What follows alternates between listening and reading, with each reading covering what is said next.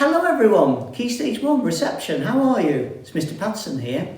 Just thought that I might do a little one specially for you. Aren't you lucky? I'm getting good at this now. I've even got my own makeup room where they come and do my makeup and stuff. Do I look alright? Well, would you like to learn a little bit about what you're going to write about? I hope so. Well, what I'm going to do is I'm going to read a little bit of my script to you. And I want you then to be listening to what I say with regards to how we could make it better and why I use certain things. Now remember, the audience, who you're writing for, you're writing it for yourself and also for the people in the Parkdale community. Try to take the audience with you, keep thinking of them. So this is my start. Hello all, how are you? I hope you are well. I asked a question there, I was polite. It's been 7 weeks since this all started, I believe, and I just want to tell you a bit about how I felt. There are some sad bits, no doubt, but there's also a lot of positive things in what I'm going to say. Do you want to hear more? Read on. And there I've got a person now who's reading it, listening now to what I'm saying. Nice and polite start, asking questions. My next paragraph there, I was at home. Everyone fighting over every inch of toilet roll. Can you believe it? Apparently people were being selfish in shops, thinking only of themselves. Had the world gone mad? It was like something out of a film. Films tend to have happy endings. I hope this film will. You noticed how I've ended there?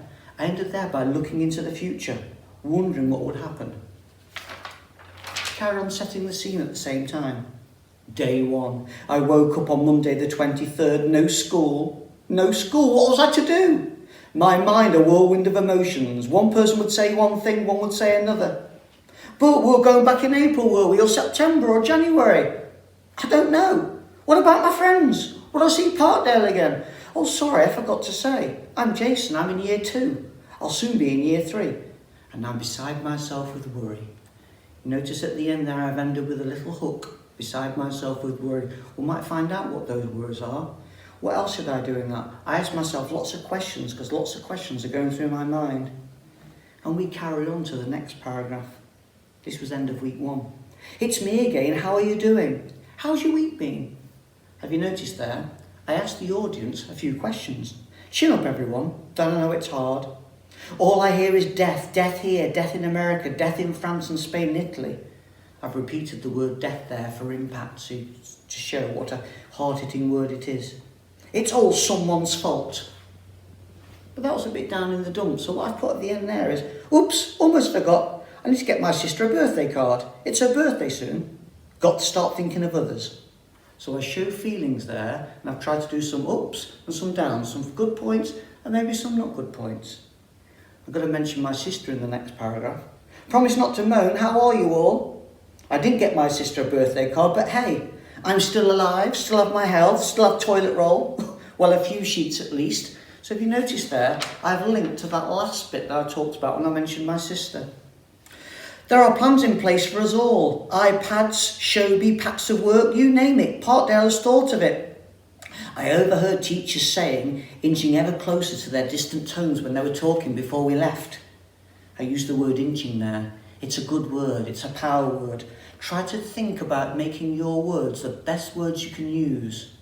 Make every word count. It was all a quick whistle-stop tour over the last week or so before we had to leave. So again, moving to the next paragraph, I've left a bit about leave, and now I go to Easter. Newsflash, I say, newsflash. I've used capital letters for that, want to make it stand out.